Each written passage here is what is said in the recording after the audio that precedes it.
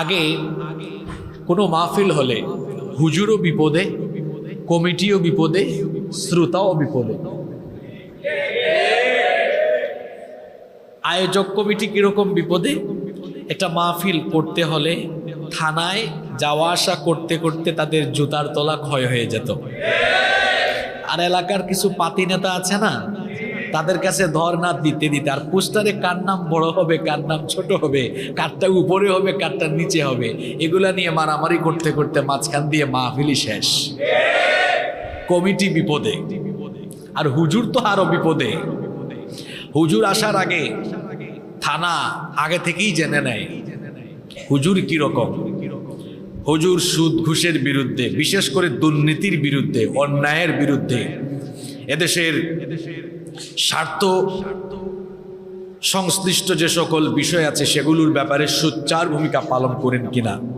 যদি এমন কোনো আলেম পাওয়া যায় যিনি সত্য কথা বলেন, সত্য কথা বলতে গিয়ে দেশ জাতির মুসলিম উম্মার স্বার্থ সংশ্লিষ্ট বিষয়ে যারা সত্য কথা বলেন, তাদেরকে স্বাধীনতা বিরোধী বা উস্কানিদাতা ট্যাগ লাগিয়ে মাহফিলে আসার আগেই তাদেরকে নিষিদ্ধ হিসাবে ঘোষণা দিয়ে মাহফিলকেই শেষ করে দেওয়া হয়। আমরা যারা সত্য কথা বলি, আমাদেরকে বলে আমরা নাকি স্বাধীনতার চেতনার বিরোধী। আর যারা নিজেদেরকে স্বাধীনতার পক্ষের লোক দাবি করে, তারা বাংলাদেশের মানুষকে গত 1.5 যুগ ধরে স্বাধীনতার ট্যাবলেট, স্বাধীনতার চেতনার ট্যাবলেট খাওয়ায়া দেশের সম্পদ চেটে পুটে লুটে পুটে খেয়ে গোটা দেশটাকে তারা সর্বনাশ করে ফেলেছে। এরপরে আমরা মাহফিলে যদি কোনো মতে আসতামও, আসার পরেও বিপদ। আসার পরে যে আমাদেরকে কত ধরনের মন্ত্র পড়ানো হইতো, হুজুর দয়া করে এটা বলিয়েন, এটা বলিয়েন না, এই বিষয়টা বলবেন না, ওই বিষয়টা বলবেন না। কি বলেন, এরকম হতো কি হতো না?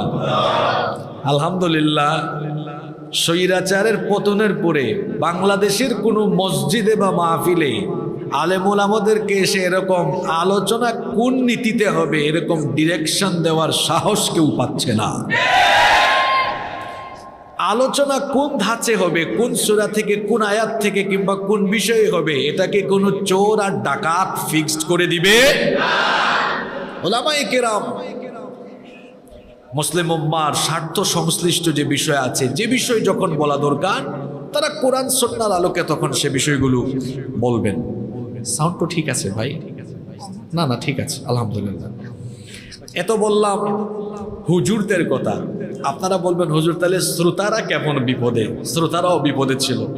শ্রোতারা সামনে থেকে এই যে আপনারা একটু ঠিক ঠিক আওয়াজ যদি দেন বা একটু মাঝে মাঝে তাকবীর দেন, কিছু পান্ডা গুন্ডা সন্ত্রাসী নেতারা আছে যারা শ্রোতাদেরকে মার্ক করে রাখে, সুযোগ মতো পরে বিভিন্ন জায়গায় হামলা করে। হুজুরও বিপদে, আয়োজক কমিটিও বিপদে, শ্রোতাও।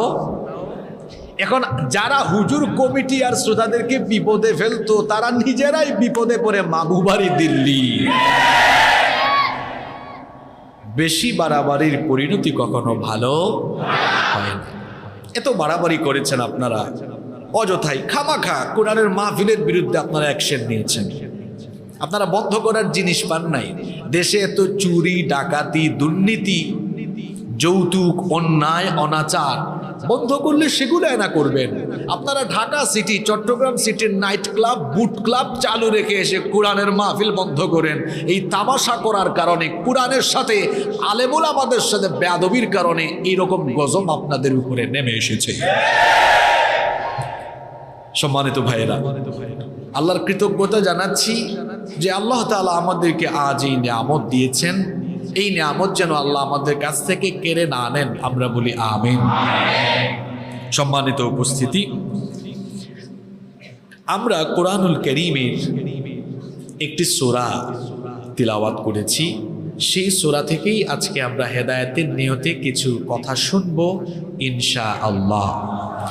আমরা যেন আমলের নিয়তে শেষ পর্যন্ত প্রতিটি কথা শ্রবণ করতে পারি। মহান রব আমাদেরকে সেই তৌফিক দান করেন, আমরা বলি আমিন। সম্মানিত উপস্থিতি, আমি আপনাদের সামনে কোরআনুল কারীমের 30তম পারায় অবস্থিত 93 নম্বর সূরা সূরাতুদ দুহা তেলাওয়াত করেছি। এই সূরাটি কোরআনের শেষ পাড়ায়, যেটাকে আমরা আম পাড়া বলি, 30তম পাড়ায় অবস্থিত। এই সূরার সিরিয়াল নাম্বার হচ্ছে 93। সূরাটি মক্কায় নাজিল হয়েছে, মাক্কিয়া। সূরার রুকু সংখ্যা 1, আয়াত সংখ্যা হলো 11। কোরআনুল কারীমের যে কোনো সূরা বা আয়াতের তাফসীর ভালো করে বুঝতে হলে সেটি নাজিলের প্রেক্ষাপট, পটভূমি বা হিস্ট্রি, ব্যাকগ্রাউন্ড জানতে হয়, যেটাকে আরবিতে বলা হয় সাবাবুন নুজুল বা শানে নুজুল। সূরাতুদ দুহা, এই সূরা নাজিল হওয়ার একটি পটভূমি আছে, একটি হিস্ট্রি আছে, ব্যাকগ্রাউন্ড আছে। কোন পরিস্থিতিতে এই সূরাটি নাজিল হলো, প্রথমে আমরা সেটা জানবো ইনশাআল্লাহ। সংগ্রামী বীর চট্টলাবাসী, আমাদের নবীকে আল্লাহ তাআলা অসংখ্য মুজিজা দিয়েছেন। আমাদের নবীকে আল্লাহ এমন মুজিজা দিয়েছেন, আমার আপনার নবীর হাতের আঙ্গুলের ইশারায় আকাশের চাঁদ 2 টুকরা হয়েছে। সুবহানাল্লাহ। আমার আপনার নবীকে পাথর সালাম দিয়েছে, গাছ সালাম দিয়েছে। আমার আপনার নবী হেঁটে গেলে আকাশের মেঘখণ্ড আমার নবীকে ছায়া দিয়েছে। সুবহানাল্লাহ। নবীজিকে আল্লাহ অসংখ্য মুজিজা দিয়েছেন, তার মধ্যে সর্বশ্রেষ্ঠ মুজিজা হলো, জোরে বলেন, আল কোরআন। আমার নবীর কাছে যখন কোরআনের কোনো আয়াত বা সূরা নাজিল হতো, নবীজি সেটা সাথে সাথে জনগণকে, মানুষকে শোনাতেন। আমার নবীর কাছে কোরআন ওহী নাজিল হওয়া স্টার্ট হলো, আরম্ভ হলো। যখনই আয়াত বা সূরা নাজিল হয়, নবীজি সেটা মানুষের সামনে শোনান, মানুষকে শোনান। আমার দিকে তাকান, হঠাৎ করে নবীজি মানুষের সামনে গিয়ে নতুন আয়াত শোনান না, নতুন কোনো সূরাও শোনান না। ওহী নাজিল বন্ধ হয়ে গেল। ওহী নাজিল কি হয়ে গেল? বন্ধ হয়ে গেল। হঠাৎ করে নবীজির কাছে যে ওহী নাজিল বন্ধ হলো, এই বন্ধ কতদিন ছিল এ ব্যাপারে ইখতিলাফ রয়েছে। তাফসীরে রাজির ভেতরে এসেছে, আল্লামা ইমাম ফখরুদ্দিন রাজি রাহিমাহুল্লাহ তিনি তার তাফসীরের ভেতরে হাদিসের উদ্ধৃতি এনে বয়ান করেছেন যে ইবনু জুরাইজ রাহিমাহুল্লাহ তিনি বলেছেন ওহী বন্ধ ছিল 12 দিন। আবার কোনো কোনো মুফাসসির বলেছেন 15 দিন, কেউ বলেছেন 20 দিন, কেউ বলেছেন 25 দিন, কেউ বলেছেন 35 দিন, কেউ বলেছেন 40 দিন, কেউ বলেছেন 45 দিন। এই সময়টুকু আল্লাহর কাছ থেকে নবীজির কাছে ওহী আসা বন্ধ ছিল। ওহী আসা কি ছিল? এখন নবীজির কাছে যখন ওহী আসা বন্ধ, তখন আল্লাহর নবী ফ্রাস্ট্রেটেড, হতাশ, পেরেশানি বেড়ে গেল। না জানি আমার উপর আল্লাহ বেজার হয়ে গেলেন কিনা, অখুশি হয়ে গেলেন কিনা, হঠাৎ করে জিবরিলের আসা যাওয়া বন্ধ হয়ে গেল কেন? আমার আপনার নবীর কাছে যখন সাময়িক সময়ের জন্য ওহী অবতরণ বন্ধ ছিল, আল্লাহর নবী তখন হতাশ হয়ে পড়লেন। আমার নবীর তখন পেরেশানি বেড়ে গেল। আমার নবীজি চিন্তা করলেন, না জানি আমার কোনো ভুল ত্রুটি হয়ে গেল কিনা, ভুল ত্রুটির কারণে আমার রব আমার উপরে নারাজ হয়ে গেলেন কিনা, কেন আমার কাছে জিবরিল আসেন না, কেন আমার কাছে ওহী নাজিল হয় না। আল্লাহর নবী পেরেশানিতে পড়ে গেলেন। অন্যদিকে কাফির এবং মুশরিকরা নবীজির সমালোচনা আরম্ভ করলো। আল্লাহর নবীকে নিয়ে তারা ঠাট্টা এবং বিদ্রূপ করা শুরু করলো। যেমনটি হাদিসের মধ্যে এসেছে, আবতা জিবরিলু আলা রাসূলিল্লাহি, সকলে আমার সাথে পড়েন সাল্লাল্লাহু আলাইহি ওয়াসাল্লাম। আল্লাহর রাসূলের কাছে জিবরিল আসা যখন হঠাৎ করে বন্ধ হয়ে গেল, ফাকালাল মুশরিকুন, মুশরিকরা তখন বলল, কদ উদ্দিআ মুহাম্মদ, তারা বলল মুহাম্মদ, আমরা বলি সাল্লাল্লাহু আলাইহি ওয়াসাল্লাম, তারা বলল মুহাম্মদকে তার রব পরিত্যাগ করেছেন। আবার অন্য হাদিসে এসেছে, বুখারী এবং মুসলিম শরীফের হাদিস, ইশতাকা রাসূলুল্লাহ সাল্লাল্লাহু আলাইহি ওয়াসাল্লাম, রাসূল করিম সাল্লাল্লাহু আলাইহি ওয়াসাল্লাম অসুস্থ হয়ে গেলেন। অসুস্থ হয়ে যাওয়ার কারণে ফালাম ইয়াকুম লাইলাতাইনি আও সালাসা, 2 কিংবা 3 রাত তিনি তাহাজ্জুদের নামাজ আদায় করতে পারলেন না। তখন মুশরিকরা এটা নিয়ে সমালোচনা আরম্ভ করলো। অন্য রিওয়ায়াতে এসেছে আবু লাহাবের স্ত্রী উম্মু জামিল, সে তখন নবীজিকে এসে বলল, ইন্নী লা আরজু আন ইয়াকুনা শাইতানুকা কদ তারাকাকা। সে এসে বলল, মুহাম্মদ, আমরা বলি সাল্লাল্লাহু আলাইহি ওয়াসাল্লাম, তোমার শয়তান তোমাকে পরিত্যাগ করেছে। নাউজুবিল্লাহ। অর্থাৎ কাফিরদের কেউ কেউ বলতো নবীজির কাছে জিবরিল আসে না, বরং শয়তান এসে নবীজিকে কোরআন শিখিয়ে দেয়। নাউজুবিল্লাহ। আবু লাহাবের স্ত্রী উম্মু জামিল এসে বলল, মুহাম্মদ, আমরা বলি সাল্লাল্লাহু আলাইহি ওয়াসাল্লাম, এতদিন ধরে যে শয়তান তোমার সাথে ছিল, এখন কি সেই শয়তানের সাথে তোমার সম্পর্ক ছিন্ন হয়ে গেল নাকি? লাম আরাহু করিবাকা মুনযু লাইলাতাইনি আও সালাসা। 2 রাত 3 রাত ধরে তো দেখি তোমার কোনো খোঁজ খবর নাই, নতুন কোনো আয়াত, নতুন কোনো সূরা তুমি শোনাও না। সম্ভবত তোমার শয়তান তোমাকে পরিত্যাগ করে চলে গেছে। যখন গোটা মক্কায় কাফিররা আল্লাহর নবীকে নিয়ে বিদ্রুপ আরম্ভ করলো, ঠাট্টা আরম্ভ করলো, ওহীর অবতরণ বন্ধ থাকায় একদিকে কাফিরদের সমালোচনা, অন্যদিকে আমার নবীর পেরেশানি যখন বেড়ে গেল, এমন সময় কাফির মুশরিকদের ঠাট্টা আর সমালোচনার জবাব দিয়ে এবং আমার নবীকে আল্লাহ সান্ত্বনা দিয়ে সূরা নাজিল করলেন। আল্লাহ তাআলা আয়াত নাজিল করে দিলেন, ওয়াদ-দুহা ওয়াল-লাইলি ইযা সাজা মা ওয়াদ্দাআকা রাব্বুকা ওয়া মা ক্বালা। ওয়াদ-দুহা, শপথ পূর্বাহ্নের, শপথ দিনের যখন তা আলো ঝলমল হয়। ওয়াল-লাইলি ইযা সাজা, শপথ রাতের যখন তা অন্ধকারাচ্ছন্ন হয়ে যায়। মা ওয়াদ্দাআকা রাব্বুকা ওয়া মা ক্বালা, আপনার রব আপনার উপরে বেজার হননি, আপনার উপর অসন্তুষ্ট হননি, এবং আপনার রব আপনাকে পরিত্যাগও করেননি। সুবহানাল্লাহ। কথা বুঝে থাকলে জবাব দেন তো, আমার নবীকে আল্লাহ পরিত্যাগ করেননি, নবীর উপর আল্লাহ বেজার হননি, নারাজ হননি, এই কথাটা বলার আগে প্রথম 2টা আয়াতে আল্লাহ কয়বার কসম করলেন? সবাই বলেন। আমরাও কসম করি মাঝে মাঝে, মাঝে মাঝে আমরা কসম করি না? করি। আমাদের কসম আর আল্লাহর কসমের ধরনটা কি একরকম? আমরা কখন কসম করি? আমরা কোনো একটি কথা মজবুতভাবে, দৃঢ়ভাবে তুলে ধরার জন্য বা মানুষকে বিশ্বাস করানোর জন্য কসম করি। কিন্তু আল্লাহ যখন কোনো বিষয়ের কসম করেন, তখন কসমের পরে তিনি যেটা বলেন সেটার সাথে সামঞ্জস্যপূর্ণ, সাদৃশ্যপূর্ণ, সংশ্লিষ্ট বিষয়ের কসম করে ওই বিষয়টিকে তিনি গুরুত্ব দিয়ে তুলে ধরেন। আমরা যে কসম করি, আমাদের কসমের মধ্যেও কিন্তু বদ আকীদা ঢুকে গিয়েছে। আমরা অনেককে দেখি যে কসম করে বাপের নামে, আমার বাপের কসম, মায়ের কসম, দাদার কসম, দাদির কসম, নানার কসম, নানির কসম, হ্যাঁ, স্ত্রীর কসম, স্বামীর কসম, সন্তানের কসম, কাবা শরীফের কসম, রসুলের কসম।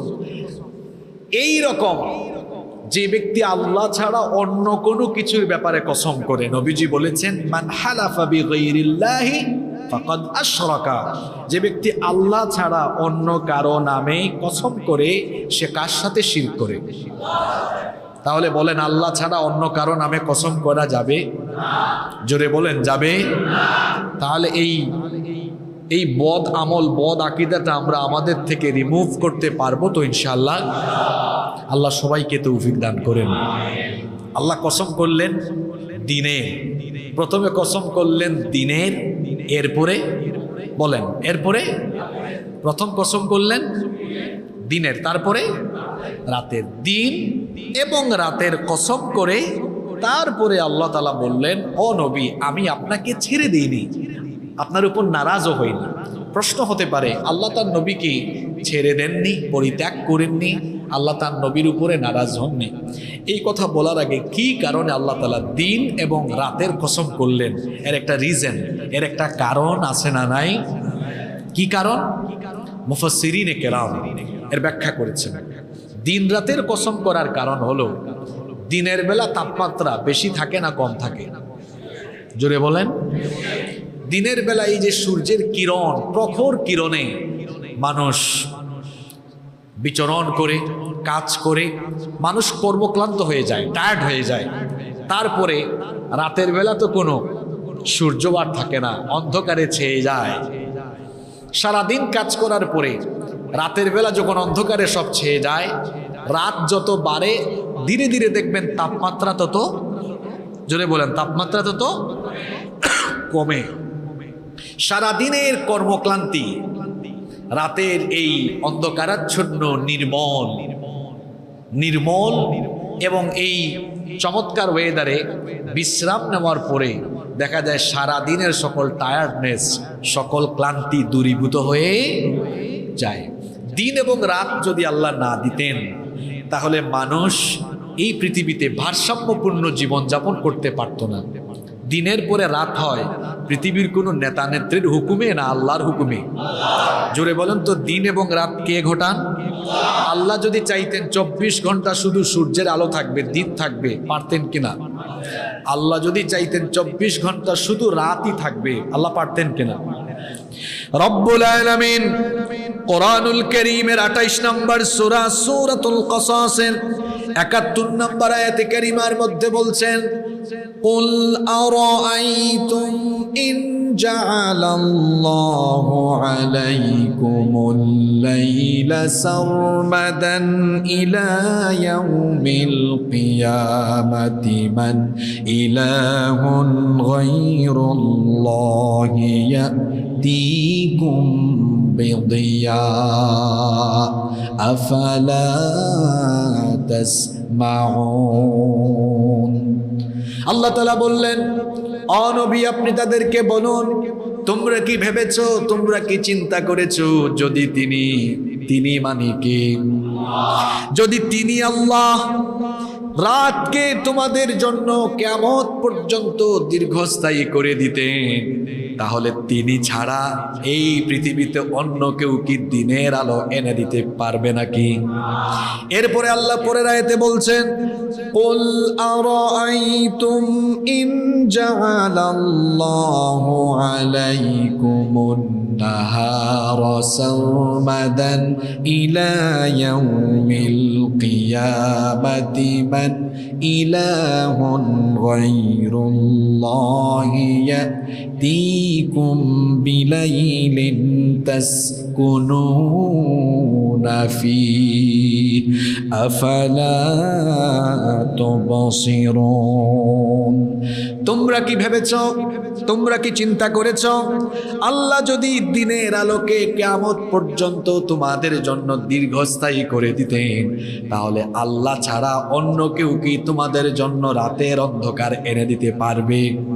জোরে বলেন, পারবে? এরপরের আয়াতে আল্লাহ বলছেন, ওয়া মির রাহমাতিহি জাআলা লাকুমুল লাইলা ওয়ান নাহারা লিতাসকুনু ফীহি ওয়া লিতাবতাগু মিন ফাদলিহি ওয়া লাআল্লাকুম তাশকুরুন। এই যে তিনি দিন রাতের আবর্তন ঘটালেন, এটা হচ্ছে তোমাদের উপরে আল্লাহর শ্রেষ্ঠ রহমত। সুবহানাল্লাহ পড়েন, এটা রহমত আল্লাহ। যদি দিন রাত এর আবর্তন না থাকতো মুশকিলে পড়ে যেতাম তো আমরা। বিজ্ঞানীরা গবেষণা করে দেখেছেন, আহ্নিক গতির কারণেই দিন রাত এর পরিবর্তন ঘটছে, দিনের পরে রাত আসছে। আহ্নিক গতি কি? পৃথিবী তার নিজের অক্ষে একবার আবর্তন করে ঘুরে আসতে সময় লাগে 23 মিনিট 23 ঘন্টা 56 মিনিট 4 সেকেন্ড, মানে প্রায় 24 ঘন্টা। এই যে পৃথিবী তার নিজ অক্ষে আবর্তন করে একবার আসে, এটার নাম আহ্নিক গতি। আহ্নিক গতির কারণে কি হয়? পৃথিবীতে দিন এবং রাত হয়। আর সব জায়গায় সমানভাবে দিন রাত হয় না, কোথাও দিন কোথাও। সূর্যকে কেন্দ্র করে আমাদের সৌরজগতের সেন্টারে সূর্য অবস্থিত। পৃথিবী এটা একটা গ্রহ, সূর্যকে কেন্দ্র করে যখন সে পরিভ্রমণ করছে, ঘুরছে, ওই সূর্যকে কেন্দ্র করে ঘোরার সময় পৃথিবীর যে অংশটা সূর্যের দিকে পড়ে, ওই অংশ তখন কি থাকে? দিন থাকে, আলো থাকে। আর যে অংশ তার অপোজিটে থাকে, সে অংশ তখন কি থাকে? রাত। বাংলাদেশে এখন রাত 10:30, আর ইউনাইটেড স্টেট অফ আমেরিকায় এখন দিনের বেলা। এখন তাদের আপনার 11:30। এখন লন্ডনে এখনো বিকেলবেলা, কোথাও দিন কোথাও রাত। এই যে দিন রাতের আবর্তন, এটা ঘটান কে? এই দিন এবং রাত যদি না থাকতো আমরা মুশকিলে পড়ে যেতাম। সারাদিন কাজ করার পরে রাতের অন্ধকারে বাসায় যখন আসি, অন্ধকারের সাথে ঘুমের একটা সম্পর্ক আছে না নাই? বলেন 24 ঘন্টায় যদি এরকম দিনের আলোর তাপমাত্রা থাকতো, সারাদিন অফিসে কাজ করে বা সারাদিন কাজ করে ক্লান্ত শরীর নিয়ে বাসায় এসে আপনারা কি মন ভরে বিশ্রাম নিতে পারতেন? দিনের বেলা কাজ করার পরে রাতের বেলা বিশ্রাম নেওয়ার পরে যেমন মানুষের সব ক্লান্তি দূর হয়ে যায়, ঠিক তেমনি ভাবে ওহির যে কিরণ, আল্লাহ নবীর কাছে যে আল্লাহ ওহি নাজিল করছেন, ওহির কিরণটাও প্রখর। ওহি আল্লাহ নবীর উপরে যে নাজিল হতো, ওহির বোঝা হালকা না ভারী? কি মনে হয় আপনাদের ওহি নাজিলের যে বোঝাটা আছে, এটা কি ভারী না হালকা? শোনেন কতটা ভারী। আল্লাহ তাআলা কোরআনে কারীমের 73 নম্বর সূরা মুজাম্মিলের 5 নম্বর আয়াতে বলেছেন, ইন্না সানুলকি আলাইকা কওলান সাকিলা, নিশ্চয়ই আমি খুব শীঘ্রই আপনার কাছে অতি ভারী বোঝা প্রেরণ করব। ওহী নাজিলের বোঝা আল্লাহর নবীর সহ্য করা বড় কষ্ট হতো। আল্লাহর নবীর প্রিয় সাহাবী যায়েদ ইবনে সাবিত রাদিয়াল্লাহু আনহু তিনি বলছেন রাসূল করিম, আমরা সবাই পড়ি সাল্লাল্লাহু আলাইহি ওয়াসাল্লাম, তার কাছে যখন ওহী নাজিল হতো, ওহীর বোঝা এটা সহ্য করা আল্লাহর নবীর জন্য এত কষ্ট হতো। তিনি বলছেন, উনজিলা আলা রাসূলিল্লাহি সাল্লাল্লাহু আলাইহি ওয়াসাল্লাম ওয়া ফাখিযাহু আলা ফাখিদি ফাকাদাত তারুদ্দা ফাখিদি। তিনি বলছেন, একদিন আল্লাহর নবী আমার উরুর সাথে উরু ঠেকিয়ে বসা ছিলেন। এমন সময় আল্লাহর নবীর উপরে যখন ওহী নাজিল হচ্ছিল, মনে হচ্ছিল আল্লাহর নবীর উরু ভেদ করে আমার উরু পর্যন্ত ভেঙে চুরে চুরমার হয়ে যাওয়ার উপক্রম হচ্ছিল। আল্লাহু আকবার। ওহী নাজিল হওয়ার সময় আল্লাহর নবীর অবস্থা কেমন হতো? আমাদের মা উম্মুল মুমিনিন আয়েশা রাদিয়াল্লাহু আনহা তিনি বলেছেন, লাকাদ রাআইতুহু ইয়ানজিলু আলাইহিল ওয়াহয়ু ফিল ইয়াউমিশ শাদীদিল বারদি ফায়াফসিমু আনহু ওয়া ইন্না জাবিনাহু লায়াতাফাসসাদু আরাকা। আম্মা জান আয়েশা রাদিয়াল্লাহু আনহা বলেছেন, অবশ্যই আমি দেখেছি যখন শীতের ঠান্ডা দিনে অথবা শীতের ঠান্ডা রাতে আমার নবীর কাছে ওহী নাজিল হতো, ওহীর ভারী বোঝায় আমার নবীর শরীরটা ঘেমে গিয়ে, এমনকি নবীজির কপাল ঘেমে গিয়ে কপাল থেকে শীতের রাতে বা দিনেও ঘাম বের হয়ে যেত। বুঝতেছেন ওহী নাজিলের বোঝাটা কত ভারী? আমাদের মা আম্মা জান আয়েশা রাদিয়াল্লাহু আনহা তিনি আরো বলেছেন, ইদা উহিয়া ইলাইহি ওয়া হুয়া আলা নাকাতিহি ওয়াদাআত জিরানাহা ফামা তাসতাতি'উ আন তাহাররাকা হাত্তা ইউসাররা আনহু। আমাদের মা বলেছেন, আল্লাহর নবী উটের উপরে সাওয়ার থাকা অবস্থায় যদি ওহী নাজিল হতো, তাহলে ওহী নাজিলের বোঝায়, ওহী নাজিলের ভারে তখন ওই উট দাঁড়িয়ে থাকতে পারত না, তার বুক মাটিতে ঠেকিয়ে দিত। ওহী নাজিল বন্ধ হতো না যতক্ষণ, উট নড়াচড়াও করতে পারত না ততক্ষণ। আল্লাহর নবী এভাবে যদি এক নাগারে নবুয়তের প্রাথমিক অবস্থায় ওহী আসতে থাকে, অনেকগুলো প্রক্রিয়ায় ওহী নাজিল হতো। ঘণ্টা ধ্বনির ন্যায়, মৌমাছির গুঞ্জনের ন্যায়, সরাসরি জিবরিল আসার মাধ্যমে, জিবরিল মানুষের সুরতে, আল্লাহ তাআলা এরপরে আল্লাহ তাআলা পর্দার আড়াল থেকে কথা বলতেন। অনেকগুলো প্রক্রিয়ায় আসতো। নবীজির কাছে ওহী নাজিল হলে নবীজির কষ্ট হতো। এখন প্রাথমিক যুগেই যদি ধারাবাহিক এক নাগারে ওহী নাজিল হয়, আমার নবীর স্নায়ুটা দাওয়াতি ময়দানে মজবুত থাকার জন্য বা ভারসাম্য থাকার জন্য যেটা দরকার ছিল সেটা হয়তো হতো না। এজন্য আল্লাহ তাআলা বলেছেন, আমার নবীকে তার স্নায়ুকে দাওয়াতি ময়দানে ভারসাম্যপূর্ণ করে রাখার জন্য ওহী প্রাথমিক অবস্থায় নাজিল করে আমি তার স্নায়ুকে ফিট রাখার জন্য কিছুদিন ওহীর অবতরণ বন্ধ রেখেছি। দিন এবং রাতের কসম আল্লাহ এজন্য করেছেন, দিনের পরে যেমন বিশ্রামের জন্য রাতের দরকার, ঠিক তেমনি ওহী নাজিলের পরে নবীর স্নায়ুকে শক্তিশালী করার জন্য কিছুদিন ওহীর অবতরণ বন্ধ রাখা দরকার। সুবহানাল্লাহ। এজন্য আল্লাহ দিন এবং রাতের কসম করে কাফিরদের সমালোচনার জবাব দিলেন, কাফিরের দল শোনো, আমার নবীর উপরে আমি বেজার হইনি, আমার নবীকে আমি ছেড়েও দেইনি। অন্যদিকে আল্লাহ তার নবীকেও বললেন, ও নবী টেনশন করবেন না, আমি আপনাকে পরিত্যাগ করিনি, আমি আপনার উপরে নাখোশ হইনি। দিনের পরে যেমন রাতের দরকার বিশ্রামের জন্য, ঠিক তেমনি ভাবে ওহী নাজিলের পরে আপনার স্নায়ুকে শক্তিশালী করার জন্য কিছুদিন ওহী নাজিল বন্ধ রাখা দরকার। এজন্য আল্লাহ দিন রাতের কসম করে এরপরে আল্লাহ এই কথাটা বললেন, ওয়াদ-দুহা ওয়াল-লাইলি ইযা সাজা মা ওয়াদ্দাআকা রাব্বুকা ওয়া মা ক্বালা। শপথ দিনের, শপথ পূর্বাহ্নের যখন তা আলো ঝলমল হয়, শপথ রাতের যখন তা অন্ধকারাচ্ছন্ন হয়ে যায়, আমি আপনাকে ছেড়ে দেইনি, আপনার রব আপনাকে পরিত্যাগ করেননি, এমনকি আপনার রব আপনাকে ছেড়েও দেন নাই। আমার বাবারা, আমার ভাইয়েরা, এবার মনোযোগ দিয়ে শোনেন। আল্লাহর নবীর কাছে মাত্র কয়েকটা দিন ওহী নাজিল বন্ধ ছিল, সেজন্য আল্লাহর নবীর পেরেশানি কম ছিল না বেশি ছিল? কথা বলতে হবে। কয়েকটা দিন ওহী আসে নাই, আমার নবীর পেরেশানি বলেন কম না বেশি? আমরা যে নবীর কি জাতের আশেকে রসুল হইলাম, আরে বাপ রে বাপ, কথা বললে তো এখন আপনি মন খারাপ করবেন। 15 দিন 20 দিন 30 দিন 40 দিন নবীর কাছে ওহী আসে না, আমার নবীর পেরেশানি বেড়ে যায়। সেই নবী আশেকদেরকে, উম্মতদেরকে কোরআন দিয়ে গেলেন, 30 দিন 40 দিন 2 মাস 3 মাস বছর চলে যায়, একটা দিন কোরআন পড়ে না, বুঝার চেষ্টা করে, কোরআনের রঙে রঙিন হওয়ার চেষ্টা করে না।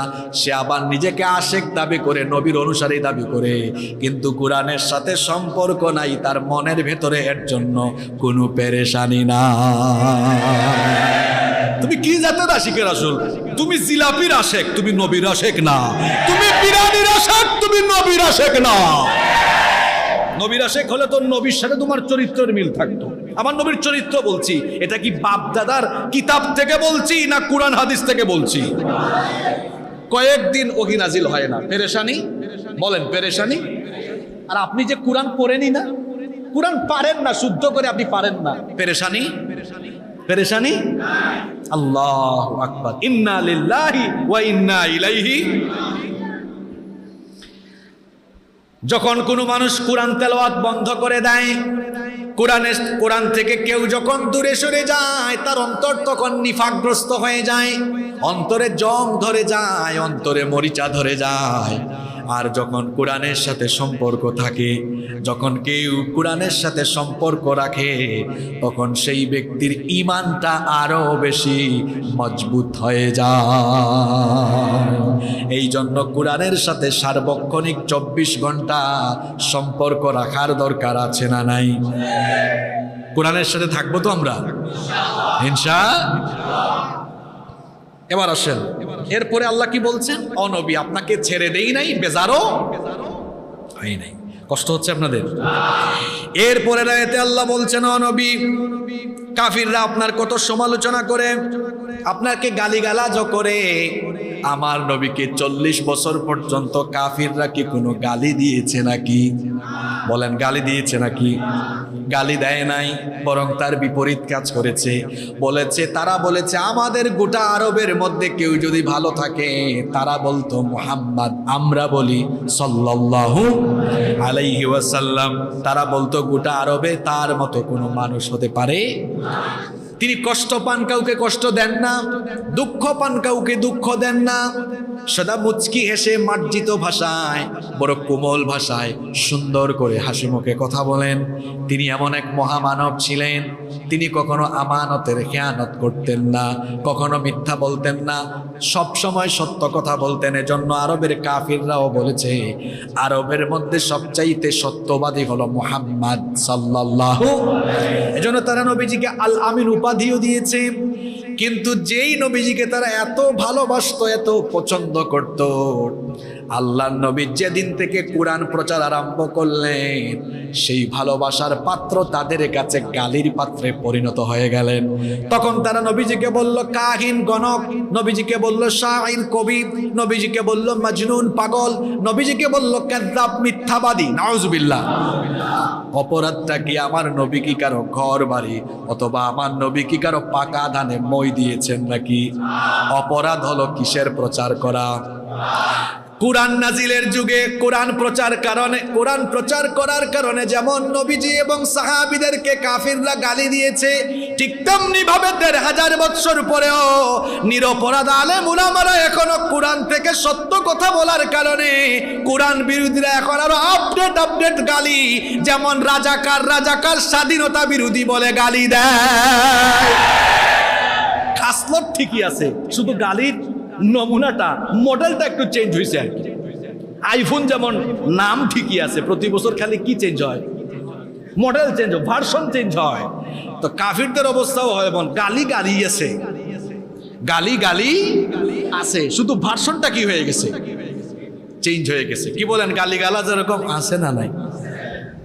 চিন্তা করেন তো, আমাকে বাংলাদেশের বিভিন্ন জায়গায় মাহফিলে বাধা দিয়ে আমাকে বলা হতো রাজাকার, বলা হতো স্বাধীনতা বিরোধী।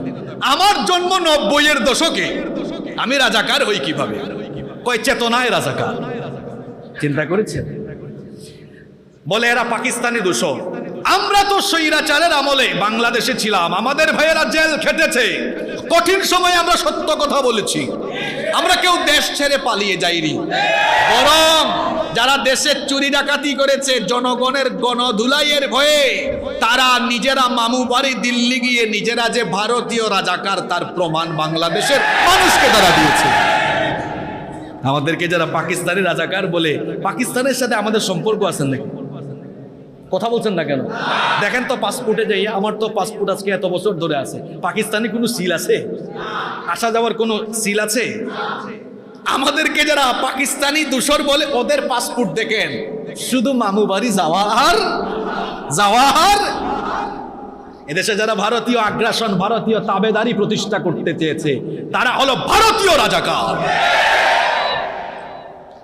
বলছিলাম, আমার নবী বাক্কি জিন্দেগিতে যখন কাজ করছেন, চতুর্দিকে গালিগালাজ, সমালোচনা, বিরোধিতা, জুলুম, নির্যাতন, তখন মুসলমানদের সংখ্যা অনেক বেশি না অনেক কম? জোরে বলেন, আরো জোরে বলেন।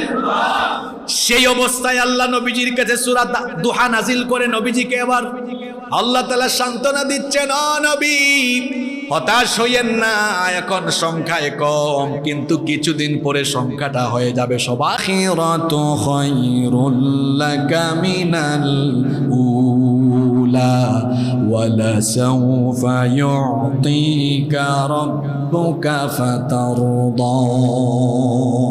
শুদ্ধ আপনারা, ওয়ালাল আখিরাতু খায়রুল লাকা মিনাল উলা, পরবর্তী সময় পূর্ববর্তী সময়ের চাইতে উত্তম হবে। পরবর্তী সময় এটা পূর্ববর্তী সময়ের চেয়ে কি হবে? আমি এই সূরাটা আজকে এমনি সিলেক্ট করি নাই। এখন যে সময়, বলেন এখনকার সময়টা আলেম উলামা ইসলামপন্থীদের জন্য এখনো কি সুদিন চলে এসেছে? এই দুর্দিন কি থাকবে? এই সূরা নাজিল হয়েছে মক্কায়। নাজিল হয়েছে কোথায় আবার বলেন? মক্কায় আল্লাহ নবীকে আয়াত নাজিল করে বলতেছেন, নবী দুর্দিন থাকবে না। এখন তো চতুর্দিকে আপনার সাহাবীরা মার খায়, আপনারে গালি দেয় এরা। অচিরেই এমন সময় আসবে, ওয়ালা সাউফা ইউতিকা রাব্বুকা ফাতারদা, অচিরেই শীঘ্রই আপনার রব আপনাকে এত বেশি দিবেন যে আপনি খুশি হয়ে যাবেন। পরবর্তী সময়টা আপনার জন্য ভালো। যে ওয়াদা আল্লাহ তার নবীর সাথে করলেন, সেই ওয়াদাকে আল্লাহ পূরণ করেননি? জোরে বলেন, করেন নাই? যে মক্কায় নবী দাওয়াত দিতে গিয়ে কাফেরদের বিরোধিতার সম্মুখীন হলেন, যে মক্কায় কাফিররা নবীর সাহাবীদের নবীর রক্ত ঝরালো, সেই মক্কা বিজয়ের এর মাধ্যমে আল্লাহ তাআলা মক্কাকেও ইসলামের ভূমি বানিয়ে দিলেন। সুবহানাল্লাহ। আজ সেই প্রেক্ষাপট বাংলাদেশকে সামনে রেখে যদি এই সূরা আমি আলোচনা করি, তাহলে বাংলাদেশের মুসলমানদেরকে, ইসলামপন্থীদেরকে, আলেম উলামাদেরকে বলবো টেনশনের কারণ নাই। সামনের যে দিন আসতেছে, এই দিন হবে ইসলামের, এই দিন হবে কোরআনের, ইনশাআল্লাহ। আল্লাহ এই কথাই বলছেন, পরবর্তী সময় পূর্ববর্তী সময়ের চাইতে উত্তম।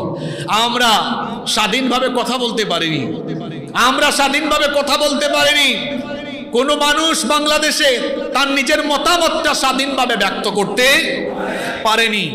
একটু দাড়ি টুপি দেখলেই জঙ্গি জঙ্গি গন্ধ খোঁজা, বিভিন্ন ট্যাগ লাগানো, একটু দিন মেনে জীবন যাপন করলে আপনাদের তো ভুলে যাওয়ার কথা না, গত 15 বছর কত সমস্যায় মানুষ ছিল, কত রক্ত ঝরলো, কত জীবন চলে গেল।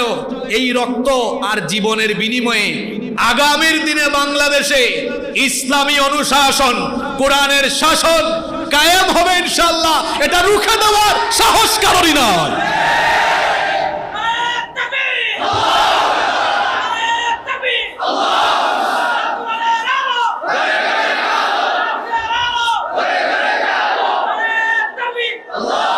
আর কোরআনের শাসন দেখার এখন দরকার আছে না নাই? আপনারা চান না? বাংলাদেশ স্বাধীন হওয়ার পরে এখন পর্যন্ত তো আপনারা পিতার শাসন দেখেছেন, পিতার আদর্শের শাসনও দেখেছেন, পিতার কন্যার শাসনও দেখেছেন, স্বামীর শাসন দেখেছেন, স্বামীর স্ত্রীর শাসনও দেখেছেন, চাচার শাসনও দেখেছেন, চাচার চাচি আর চাচার ভাইয়ের শাসনও দেখেছেন। কথা কোন দিকে বলছি বুঝেন নাই আপনারা? এখন পিতা, স্বামী আর চাচা সবাই সবার আদর্শে এসে বাংলাদেশের ভাগ্য বদলে দেওয়ার কথা বলে দেখা গিয়েছে বাংলাদেশের সহজ সরল মানুষগুলোকে কনভিন্স করে তারা যখনই সুযোগ পেয়েছে, পিতা, চাচা আর স্বামী যে যে আদর্শেরই হোক না কেন, চুরি কম হোক বেশি হোক, সবাই কিন্তু করেছে। মানুষের ভাগ্যের কোনো উন্নয়ন। এজন্য আমি বাংলাদেশের মানুষকে বলি, আপনারা পিতার শাসন, পিতার কন্যার শাসন, পিতার আদর্শের শাসন, স্বামীর শাসন, স্বামীর স্ত্রীর শাসন আর স্বামীর আদর্শের শাসন, চাচার শাসন, চাচার আদর্শের শাসন দেখেছেন। আপনারা যেটা দেখেন নাই সেটা হলো কোরআনের শাসন। এখন এই কোরআনের শাসন দেখার দরকার আছে না নাই? যে ছাত্র জনতা স্বৈরাচারের পতন ঘটিয়েছে, সেই ছাত্র জনতা এবং গোটা বাংলাদেশের সকল মানুষকে আমরা বলবো, আপনারা স্বাধীনতার পর থেকে চুরি লুটপাটের শাসন দেখেছেন, এখন আপনারা কোরআনের ইনসাফ ভিত্তিক শাসন দেখবার জন্য, এই দেশের ভাগ্যকে বদলে দেওয়ার জন্য আগামীর দিনে বাংলাদেশের দায়িত্ব কোরআনওয়ালা লোকদের কাছে, আলেম উলামাদের কাছে, ইসলামপন্থীদের কাছে সুপর্দ করে দেখেন, বাংলাদেশ বদলে যাবে ইনশাআল্লাহ। আমরা চাই কি চাই না? বাংলাদেশে কোরআনের শাসন আপনারা চান তো? কোরআনের শাসন থাকলে চুরি হবে, ডাকাতি হবে, হবে না যে তার একটা বাস্তব ভিত্তিক উপমাও দেই আপনাদেরকে। আপনাদের মনোযোগ আছে তো? মনে করেন আমরা এই তিনজন, তিন দলের, আমরা সবাই কোরআনের আইনের বিরুদ্ধে নিজেদের আদর্শ দিয়ে আমরা সমাজ বা রাষ্ট্র পরিচালনার কথা জনগণকে বলি। প্রথমবার উনি চান্স পাইলেন, আপনারা আবার রাগ করেন না। উনি চান্স পাওয়ার পরে জনগণকে কনভিন্স করে আসলেন, উনি এসে উনার মতো করে আইন বানালেন। আপনাদের কি মনে হয়, আইন বা আইনের সংশোধন বা সংবিধান যখন প্রণয়ন করা হয়, দেখি আপনারা কেমন বুদ্ধিমান বলেন তো, এটা কি জনগণের কথা চিন্তা করে হয় না তাদের নিজেদের ক্ষমতার কথা আগে চিন্তা করে করা হয়? মাশাআল্লাহ, মাশাআল্লাহ। যারা এগুলা প্রণয়ন করে আর সংশোধন করে, এরা ভাবে বাংলাদেশের মানুষ বোকা, কিন্তু বাংলাদেশের মানুষ চালাক, সবই তারা জানে। আচ্ছা, মনে করেন উনার পরে আমি সুযোগ পাইলাম, আমার কাছে যেটা ভালো লাগবে সে আইন রাখবো, যেটা ভালো লাগবে না আমি সেটা সংশোধনী এনে কিছু বাতিল করব, পরিবর্ধন করব। এরপরে উনি উনার ইচ্ছা মতো জুরাতালি মারবেন। তাহলে বোঝা গেল, মানবরচিত আইন কোন সমাজ বা রাষ্ট্রে থাকলে যে যখন শাসন পরিচালনার সুযোগ পায় তার ইচ্ছা মতো জুরা দেয়, তালি দেয়। কিন্তু বলেন তো, যদি আইন হিসাবে এই কোরআন থাকে, উনি, আমি বা তিনি কেউ কি কখনো আল্লাহর একটা আইনকে বাদ দিতে অথবা নতুন করে আরো একটা আইন এখানে ঢুকাতে পারবেন? তার মানে বোঝা গেল কোরআন আইনের কিতাব হিসাবে থাকলে ব্যক্তির পরিবর্তন হবে, আইনের কোনো পরিবর্তন হবে। আমরা আপনাদেরকে আর কিভাবে বুঝালে আপনারা বুঝবেন? যতদিন পর্যন্ত বাংলাদেশে কোরআনী অনুশাসন কায়েম না হবে ততদিন পর্যন্ত পিতা স্বামী চাচা, সামনে যদি ভাইয়ের শাসন বোনের শাসনও আসে, ভাই বোন পিতা চাচা নানা দাদা দাদির পরিবর্তন হবে, বাংলাদেশের ভাগ্যের কোনো পরিবর্তন হবে না। সত্যিকারের পরিবর্তন যদি চান তাহলে এই কোরআনী শাসন ছাড়া সেটা কখনো সম্ভব। জাহেলিয়াতের জাহালত, অজ্ঞতার সেই যুগকে নবীজি জাহেলি পুরা সমাজকে রাষ্ট্রকে পরিবর্তন করে দিয়েছেন কয়টা কিতাব দিয়ে? জোরে বলেন, কয়টা কিতাব দিয়ে? আমরাও সেই কোরআনের শাসন চাই কি চাই না? আল্লাহ যেন এই দেশকে কোরআনের জন্য কবুল করে নেন। আল্লাহ তার নবীকে বলছেন, ও নবী হতাশ হবেন না, এখন তো আপনাদের সংখ্যা বড় কম, চতুর্দিকে আপনি এবং আপনার সাহাবীদেরকে নিয়ে ঠাট্টা বিদ্রুপ সমালোচনা আর নির্যাতন নিপীড়ন হয়, কিন্তু এই অবস্থা বেশি দিন থাকবে না, বেশি দিন এই অবস্থা থাকবে না। ওয়ালাল আখিরাতু খায়রুল লাকা মিনাল উলা, পরবর্তী সময় আপনার জন্য পূর্ববর্তী সময়ের চাইতে আরো অধিকতর উত্তম হবে। ওয়ালা সাউফা ইউতিকা রাব্বুকা ফাতারদা, আর শীঘ্রই আপনার রব আপনাকে এত দান করবেন, এত নিয়ামত দিবেন যে আপনি খুশি হয়ে যাবেন। আল্লাহ কি সেই ওয়াদা পূরণ করে মক্কা মদিনা গোটা আরব এমনকি রোম পারস্য পর্যন্ত নবীজির জীবদ্দশায় ইসলামের বিজয় কি আল্লাহ দান করেন নাই? করেন নাই? জোরে বলেন, করেন নাই? সুতরাং আল্লাহ তার ওয়াদা পূরণ করেছেন। আবার কোন মুফাসসির ওয়ালাল আখিরাতু খায়রুল লাকা মিনাল উলা এর ব্যাখ্যা করেছেন আপনার জন্য ইহকালের চাইতে পরকাল উত্তম হবে। আমার নবীর সম্মান দুনিয়াতে যেমন বেশি, আখিরাতে কিয়ামতেও আমার নবীর মর্যাদা সবার চাইতে। আমার নবী দুনিয়াতে এসেছেন সিরিয়ালে সবার পরে, সকল নবীদের পরে, কিন্তু মর্যাদা হলো সকল নবীদের উপরে। আমার নবীর মর্যাদা সম্মান সৌন্দর্যের কথা যদি বলি কয়েক রাত লাগবে।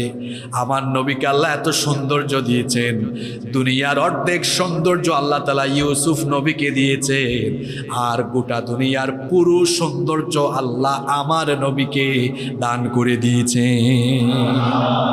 আমাদের মা উম্মুল মুমিনিন আয়েশা রাদিয়াল্লাহু আনহা বলেছেন, ইউসুফ আলাইহিস সালাম তো ছিলেন দুনিয়ার অর্ধেক সৌন্দর্যের অধিকারী, সেই জন্য মিশরের রূপসী নারীরা তাকে দেখে রূপে মুগ্ধ হয়ে ফল কাটতে গিয়ে আঙ্গুল কেটেছে। কিন্তু মিশরের সেই নারীরা তো জানে না আমার নবীকে আল্লাহ দুনিয়ার অর্ধেক নয় পুরাটা সৌন্দর্য দিয়েছেন। যারা ইউসুফ নবীকে দেখে আঙ্গুল কেটেছে তারা যদি আমার নবীকে দেখতো হাত নয় কলিজা কেটে ফেলতো, টেরও পেত না। এত গেল নবীর সৌন্দর্যের কথা। আমার আর একটা হাদিস এখন মনে পড়ে গেল। জাবির বিন সামুরা রাদিয়াল্লাহু আনহু তিনি হাদিস বর্ণনা করছেন। তিনি বলছেন, রাআইতু রাসূলুল্লাহি, সবাই বলেন সাল্লাল্লাহু আলাইহি ওয়াসাল্লাম, ফি লাইলাতিন হামরা ফি লাইলাতিল বাদর, আমি আল্লাহর নবীকে এক চাঁদ রাতে দেখলাম, আকাশের চাঁদ আলো ঝলমলে চাঁদে আল্লাহর নবীকে আমি একদিন রাতের বেলা দেখলাম। ওয়ালাইহি হুল্লাতুন হামরা, আল্লাহর নবী সেদিন একটি চাদর পরিধানরত, লাল রঙের চাদর পরিধানরত অবস্থায় ছিলেন। আমি একবার নবীজির দিকে তাকাই, আরেকবার আকাশের ওই চাঁদের দিকে তাকাই। আমার কাছে মনে হলো আকাশের ওই চাঁদের চাইতেও আমার নবীর চেহারা খানি আরো বেশি ঝলমল ঝলমল করছিল। মর্যাদার কথা যদি হিসাব করেন, আল্লাহর পরেই যার মর্যাদা তিনি হলেন আমাদের নবী মুহাম্মাদুর রাসূলুল্লাহ সাল্লাল্লাহু আলাইহি ওয়াসাল্লাম। এই সম্মান মর্যাদা আল্লাহ দুনিয়াতে যেমন সবার উপরে রেখেছে, আখিরাতেও আমার নবীর সম্মান সবার থেকে কম না বেশি? এজন্য আল্লাহর নবী বলতেন, আনা সাইয়্যিদু ওয়ালাদি আদম ইয়াউমাল কিয়ামাহ, কিয়ামতের ময়দানে রব্বুল আলামিন আমাকে হাসরের মাঠে গোটা মানব জাতির নেতা বানিয়ে দিবেন। ওয়া আউয়ালু মান ইয়ানশাক্কু আনহুল কবর, সর্বপ্রথম আমাকেই কবর থেকে উঠানো হবে।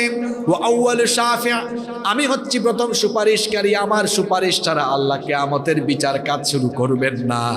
এমনকি কিয়ামতের দিন আল্লাহ তাআলা সবার আগে আমার নবীকে কাউসার দান করবে। শুধু তাই নয়, আমার নবীর মর্যাদা হলো এত বেশি, আমার নবী বলেছেন আতি বাবাল জান্নাতি ইয়াউমাল কিয়ামাহ, কিয়ামতের ময়দানে আমি যখন জান্নাতের দরজার কাছে আসব, জান্নাতের দরজার কাছে এসে আমি বলবো ফাস্তাফতিহ, জান্নাতের দরজাটা খুলে দাও।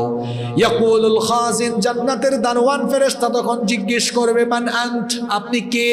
নবীজি তখন পরিচয় দিয়ে বলবেন আনা মুহাম্মদ, আমরা বলি সাল্লাল্লাহু আলাইহি ওয়াসাল্লাম। ফেরেশতা তখন সালাম দিবে আর বলবে বিকা উমিরতু, আপনার ব্যাপারেই তো আদিষ্ট হয়ে দাঁড়িয়ে দাঁড়িয়ে অপেক্ষা করছি, কারণ আল্লাহ আমাকে বলেছেন আপনি আসবেন না যতক্ষণ জান্নাতের দুয়ার খুলে জান্নাত উদ্বোধন হবে না ততক্ষণ। আমার নবীকে দিয়ে আল্লাহ জান্নাত উদ্বোধন করাবেন, সুবহানাল্লাহ পড়েন। তাহলে আল্লাহ যে নবীজিকে বললেন নবী আপনার দুনিয়ার চাইতে আখিরাত উত্তম, এত বেশি নেয়ামত আল্লাহ দিবেন, আপনি খুশি হয়ে যাবেন। আল্লাহ কি ওয়াদা পূরণ করেন নাই? আল্লাহ নবীর সাথে ওয়াদা পূরণ করেছেন, আর আমাদের সাথেও আল্লাহর ওয়াদা আছে না? এত আসতে বলেন, আছে না? আমাদের সাথেও আল্লাহর ওয়াদা আছে। আল্লাহ বলেছেন তোমরাও হতাশ হয় না, তোমাদেরকেও আমি বিজয় দিব। কোরআন বিরোধী, ইসলাম বিরোধীরা এই জমিনের কর্তৃত্ব পাবে না, এই জমিনের ওয়ারিস তারা হবে না, এই জমিনের ওয়ারিস তোমরাই হবে। ভীত হয় না, সন্তুষ্ট হয় না। ওয়ালা তাহিনু ওয়ালা তাহজানু ওয়া আনতুমুল আ'লাউনা ইন কুনতুম মুমিনিন। ভীত হয় না, সন্তুষ্ট হয় না, কিসের টেনশন তোমাদের? তোমরা যদি মুমিন হও বিজয় আমি তোমাদেরকেই দান করব। সুবহানাল্লাহ কি বাসায় গিয়ে পড়বেন? এই ওয়াদা কার? আল্লাহর ওয়াদা। আল্লাহর ওয়াদা সত্য না মিথ্যা? ওয়ামান আউফা বিআহদিহি মিনাল্লাহ ওয়ামান আসদাকু মিনাল্লাহি কিলা ইন্না ওয়া'দাকুম ওয়া'দাল হক। আল্লাহর ওয়াদা সত্য, আল্লাহর চাইতে নিজ ওয়াদা পূরণে আর কেউ উত্তম হতে পারে। আল্লাহ নবীর সাথে ওয়াদা করলেন, আপনাদের কি কষ্ট লাগছে? আল্লাহ নবীর সাথে ওয়াদা করলেন নবী খুব শীঘ্রই আপনাকে নিয়ামত দেব। ইসলামের এই যে দুর্দিন, এই দুদিন থাকবে না, এই দুর্দিন ফুরিয়ে যাবে, সুদিন আসবে। আসবে, সুদিন দিবেন কে?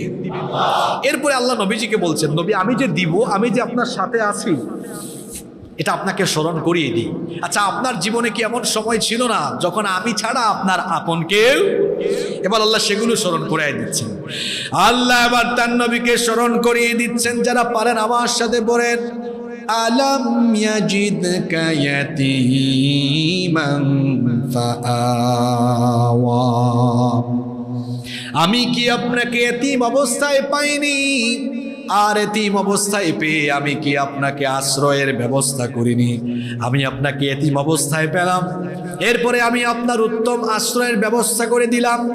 আমার নবী তো এমন এতিম ছিলেন, দুনিয়াতে আসার আগেই তিনি পিতৃহারা এতিম হয়ে গেলেন, জন্মের আগেই তিনি তার বাবাকে হারালেন। এমন এতিম অবস্থায় দুনিয়ায় তিনি আগমন করলেন, দুনিয়ায় এতিম অবস্থায় আসলেন। নবীজির দাদা আব্দুল মুত্তালিব, নবীজির নাম রাখলেন মুহাম্মদ। আমরা একটু মহব্বতে বলি সাল্লাল্লাহু আলাইহি ওয়াসাল্লাম। ইতিপূর্বে এই নাম দুনিয়াতে আর কারো রাখা হয় নাই, সুবহানাল্লাহ। সেই যুগে আরবদের কালচার ছিল শহরের বাচ্চাদেরকে রোগবালাই থেকে হেফাজতে রাখার জন্য মরুভূমি অঞ্চলে বেদুইনদের কাছে রাখা হতো, বেদুইনদের কাছে পাঠিয়ে দেওয়া হতো। মরুভূমির রুক্ষ আবহাওয়ায় শিশুরা যেন শক্তিশালী এবং সবল হয়ে বেড়ে ওঠে, সেজন্য শহরের বাচ্চাদেরকে বেদুইন অঞ্চলে, মরুভূমি অঞ্চলে পাঠানো হতো। তাছাড়া মরুভূমি অঞ্চলে বেদুইনদের ভাষা ছিল সবচাইতে বিশুদ্ধ, এই জন্য শহরের লোকেরা তাদের শিশুদেরকে বেদুইন অঞ্চলে, মরুভূমি অঞ্চলে পাঠাতেন।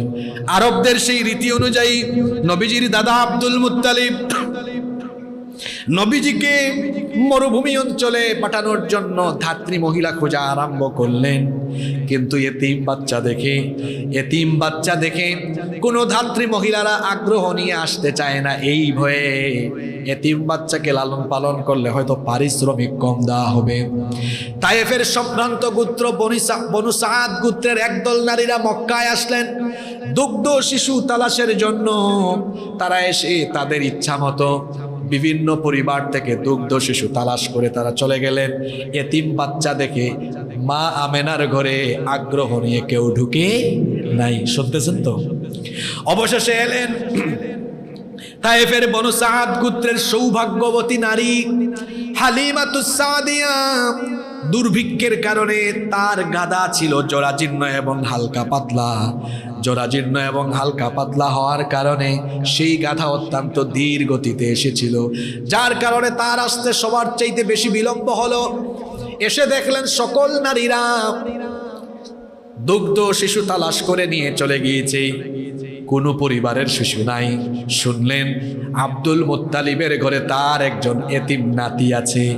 আব্দুল মুত্তালিবের বাড়ির সামনে গেলেন। আব্দুল মুত্তালিব তখন বললেন, আমার ঘরে একটা এতিম বাচ্চা আছে, যদি মন চায় বাচ্চাটাকে দেখে নিয়ে যাও, বেশি পারিশ্রমিক দেওয়া যাবে না। যেহেতু বাচ্চাটা এতিম, হালিমাতুস সাদিয়া তার স্বামীকে বললেন, এমনিতেই বিলম্ব করে এসেছি, দুর্ভিক্ষের সময়, এখন যদি কাউকেই না পাই অন্তত এতিম বাচ্চাটাকে নিয়ে যাই, পারিশ্রমিক যদি কম হয় তাও দুর্ভিক্ষের সময় আমরা মোটামুটি যদি চলতে পারি এটাই ভালো। স্বামী সম্মতি দিলেন। স্বামীর সম্মতি পেয়ে হালিমাতুস সাদিয়া তিনি যখন মা আমেনার ঘরে ঢুকলেন, মা আমেনার ঘরে ঢুকে শিশু মুহাম্মাদুর রাসূলুল্লাহ সাল্লাল্লাহু আলাইহি ওয়াসাল্লামকে যখন কুলে নিয়ে শিশু নবীর দিকে তাকালেন, তিনি তখন বললেন, এত সুন্দর বাচ্চা আমি আমার জীবনেও দেখি নাই। আমার কাছে মনে হলো যেন আকাশের চাঁদ আমার কুলে চলে এসেছে। এরপরে তিনি শিশু নবীজিকে নিয়ে তার দুর্বল জরাজীর্ণ গাধার উপর সওয়ার হয়ে তায়েফের উদ্দেশ্যে রওনা করলেন। যখন তিনি রওনা করলেন, বিস্ময়কর ব্যাপার, বড় আজব ব্যাপার, তার দুর্বল এবং জরাজীর্ণ গাধা, এটার গতি এত বেশি বেড়ে গেল, অন্যান্য সকল গাধা এবং প্রাণীদেরকে পেছনে ফেলে তার গাধা সবাইকে অতিক্রম করে সবার সামনে যেতে লাগলো। অন্যান্য নারীরা বললেন, কি ব্যাপার হালিমা, এটা কি সেই গাধা নয় যেই গাধায় চড়ে, যেই গাধায় আরোহণ করে তুমি এসেছিলে? সেটা না দুর্বল ছিল, সেটা তো জরাজীর্ণ হালকা পাতলা ছিল, ধীর গতির ছিল, কি করে এটার গতি এত বেড়ে গেল? তখন হালিমাতুস সাদিয়া বললেন, স্পিড, গাধার গতি কিভাবে বাড়লো আমি এটা জানি না, শুধু এতটুকু জানি আমার কুলে যেটা এসেছে আমার হৃদয়ের অনুভূতি হলো দুনিয়ার সকল বরকত যেন আমার কাছে এখন চলে এসেছে। বাড়ি যাওয়ার পরে আরো বিস্ময়কর ব্যাপার লক্ষ্য করলেন। খেজুর গাছের খেজুরের ফলন বেড়ে গেল, ফসল উৎপাদন বেড়ে গেল, এমনকি তাদের জরাজীর্ণ উটনির যে দুধের ওলান আছে সেটাও দুধে পরিপূর্ণ হয়ে গেল। হালিমাতুস সাদিয়া বলছেন, আমার সিনার মধ্যেও বুকের মধ্যেও পরিমাণ মতো দুগ্ধ ছিল না, কিন্তু যখন এই শিশুটিকে নিয়ে বাড়িতে আসলাম তখন আমার সিনাও দুধে একেবারে পরিপূর্ণ হয়ে গেল। এইভাবে করে এতিম অবস্থায় আমার নবী আসলেন। আল্লাহ কিভাবে তার নবীর উত্তম আশ্রয়ের ব্যবস্থা করলেন। এবার তিনি মা হালিমার ঘরে থাকলেন, এরপরে আবার তার মা আমেনার ঘরে ব্যাক করলেন। 6 বছর বয়সে তিনি তার মাকেও হারালেন। এরপরে তিনি দাদার আশ্রয়ে লালিত পালিত হলেন। 8 বছর বয়সে তার দাদাও চলে গেলেন। এবার তিনি তার চাচা আবু তালেবের আশ্রয়ে বড় হয়ে উঠতে লাগলেন। আর আবু তালেব তাকে এমনভাবে শেল্টার দিতে লাগলেন, যখন নবীজি 40 বছর থেকে নবুয়তের দাওয়াত আরম্ভ করলেন, কাফেরদের বিরোধিতা সত্ত্বেও আবু তালেব তাকে শেল্টার দিয়েছেন। সুবহানাল্লাহ। এইভাবে করে এতিম অবস্থায় পৃথিবীতে আসার পরে আমার নবীকে সর্বোত্তম আশ্রয়ের ব্যবস্থা যিনি করেছেন তিনি কে? সেই কথা আল্লাহ তার নবীজিকে স্মরণ করিয়ে বললেন, আলাম ইয়াজিদকা ইয়াতীমান ফাআওয়া। আমি কি আপনাকে এতিম অবস্থায় পাইনি, অতঃপর আমি কি আপনার উত্তম আশ্রয়ের ব্যবস্থা করিনি? এরপরে আল্লাহ বললেন ওয়া ওয়াজাদাকা দাল্লান ফাহাদা। আর আমি কি আপনাকে এমন অবস্থায় পাইনি যে আপনি ছিলেন পথহারা, সঠিক পথ আপনি জানতেন না। এখানে দাল্লা মানে গুমরাহ নয়, আমার নবী তো গুমরাহ ছিলেন না, নাউযুবিল্লাহি মিন যালিক। বরং নবুয়তের দাওয়াত দেওয়ার আগ পর্যন্ত জাহেলি যুগের কোনো জাহালত, মুশরিকদের মূর্তি পূজা বা কোনো কুসংস্কার আমার নবীকে আচ্ছন্ন করতে পারেনি, কারণ আমার নবীকে স্বয়ং হেফাজত করেছেন কে? এখানে দাল্লান শব্দের অর্থ হচ্ছে পথহারা, মানে অনবী। 40 বছর পর্যন্ত অবস্থাটা এমন ছিল, চতুর্দিকে কাফিররা মূর্তি পূজায়, সমাজের কুসংস্কার, এমন একটা পরিবেশে সঠিক পথে সবাইকে নিয়ে আসবেন কেমনে, এটা আপনি চিন্তায় ছিলেন, কিন্তু ওইটা আপনি নিজে নিজে উদ্ভাবন করতে পারছিলেন। কোরআনের বুঝার একটা মজা হলো কোরআনের এক আয়াতের তাফসীর পাওয়া যায় অন্য আয়াতে। যেমন আল্লাহ তাআলা কোরআনে কারীমের 42 নম্বর সূরা সূরাতুশ শুরা এর 52 নম্বর আয়াতে বলছেন মা কুনতা তাদরি মাল কিতাবু ওয়ালাল ঈমান। আপনি জানতেন না কিতাব কি, আপনি জানতেন না ঈমান কি। আপনাকে কিতাব এবং ঈমান চিনিয়েছেন কে? জোরে বলেন, চিনিয়েছেন কে? কিতাব আর ঈমান, এই দুটো দিয়ে কি করলাম? ওয়ালাকিন জাআলনাহু নূরান নাহদি বিহি মান নাশাউ মিন ইবাদিনা ওয়া ইন্নাকা লাতাহদি ইলা সিরাতিম মুস্তাকিম।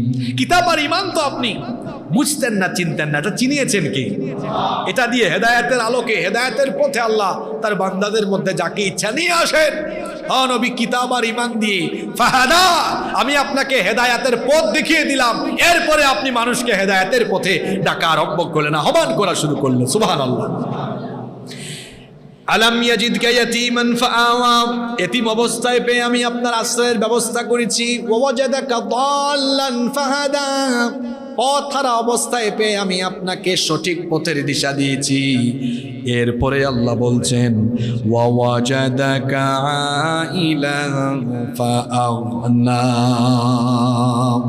আর আমি আপনাকে পেয়েছি নিঃস্ব অবস্থায়, এরপরে আমি আপনার সমৃদ্ধির ব্যবস্থা করে দিয়েছি। সুবহানাল্লাহ।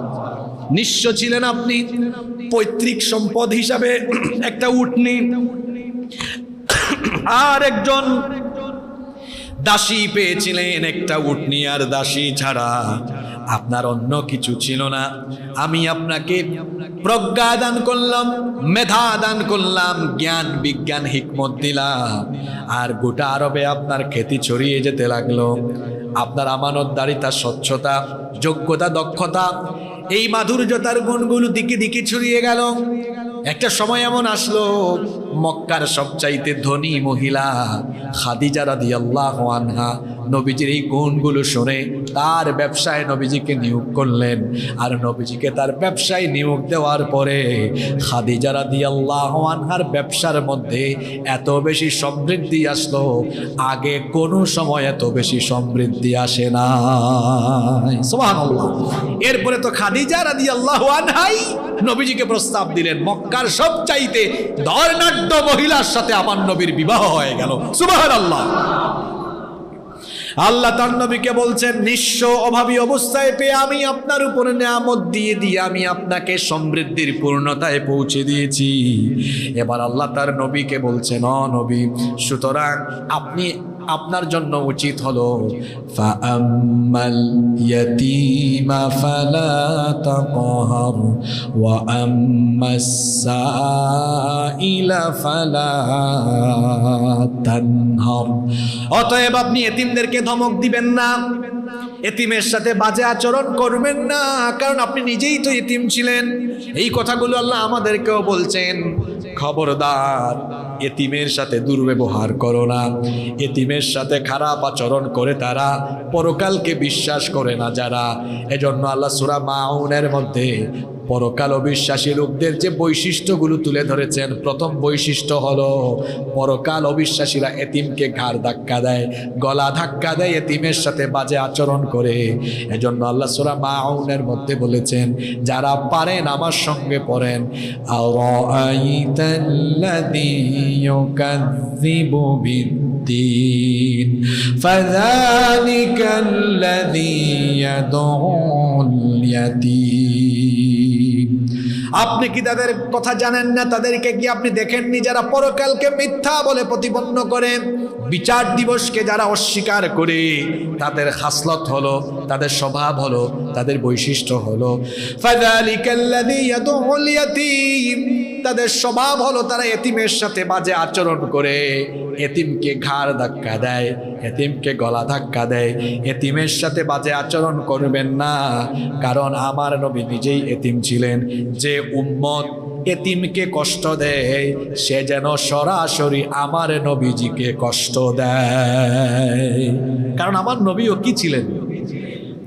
এজন্য খবরদার, এতিমের সাথে বাজে আচরণ করবেন না, বরং এতিমের দেখাশোনা করবেন, এতিমের লালন পালন করবেন, এতিমের রক্ষণাবেক্ষণ করবেন। একজন সাহাবী এসে নবীজিকে বললেন, আমার অন্তরটা এত শক্ত হয়ে গিয়েছে যে আমার চোখে পানি আসে না, দিলটা নরম হয় না। নবীজি তখন বললেন, তুমি এতিমের মাথায় হাত বুলিয়ে দিবা। এতিমের মাথায় হাত বুলিয়ে দিলে, এতিমকে স্নেহ করলে, ভালোবাসলে আল্লাহ তোমার দিলটাকে নরম করে দিবে। এতিমের সাথে বাজে আচরণ করবেন না। শোনেন, আমাদের সমাজে এমন ডাকাত মার্কা লোক আছে যারা এতিমের মাল অন্যায়ভাবে গ্রাস করে, এতিমের মাল লুটপাট করে খায়। এই স্বভাবের মানুষ বাংলাদেশে নাই? আছে? একটা ছেলে বা মেয়ে এতিম হয়ে গেল, আপনি দূরে যাবার দরকার নাই, ওই পরিবারের লোকেরা এতিমের মাল আত্মসাৎ করে খায়া ফেলে। এমন মানুষ আমাদের সমাজে আছে না নাই? খবরদার, আল্লাহ তাআলা কোরআনে কারিমে বলেছেন, এতিমের মাল আত্মসাৎ করে পেটের ভেতরে ঢুকায় যারা, জাহান্নামের আগুনকে পেটের ভেতরে ঢুকায় তারা। এতিমের সম্পদ অন্যায়ভাবে গ্রাসকারী ব্যক্তি কখনো জান্নাতে যাবে না, বলেছেন মুহাম্মদ সাল্লাল্লাহু আলাইহি ওয়াসাল্লাম। এতিমের মাল আত্মসাৎ করবেন না, বরং এতিমকে সহযোগিতা করবেন। দুর্ব্যবহার করবেন না, বরং এতিমের প্রতি সহনশীল হবেন, এতিমের প্রতি দরদ দেখাবেন, স্নেহ দেখাবেন, মায়া মমতা দেখাবেন, দেখাশোনা করবেন, রক্ষণাবেক্ষণ করবেন। এতিম কোনো ছেলে বা মেয়ে থাকলে বিবাহের ব্যবস্থা করে দেন। অনেক এতিম ছেলে মেয়ে আছে, অভিভাবক নাই, বাবা মা নাই, তার বিয়ে শাদী হয় না। আল্লাহ আপনাকে সামর্থ্য দিয়েছেন, এতিমদের বিবাহের ব্যবস্থা করে দেন। এতিম বিবাহ প্রকল্প কর্মসূচি নিতে পারেন, এতিমদের বিয়ে শাদী। এতিমকে মহব্বত করলে, এতিমকে ভালোবাসলে কি হয় শুনেন, আমার নবী বলেছেন, আনা ওয়া কাফিলুল ইয়াতিমি ফিল জান্নাতি হাকাদা ওয়া দাম্মাস সাব্বাবাতি ওয়াল গুসতা।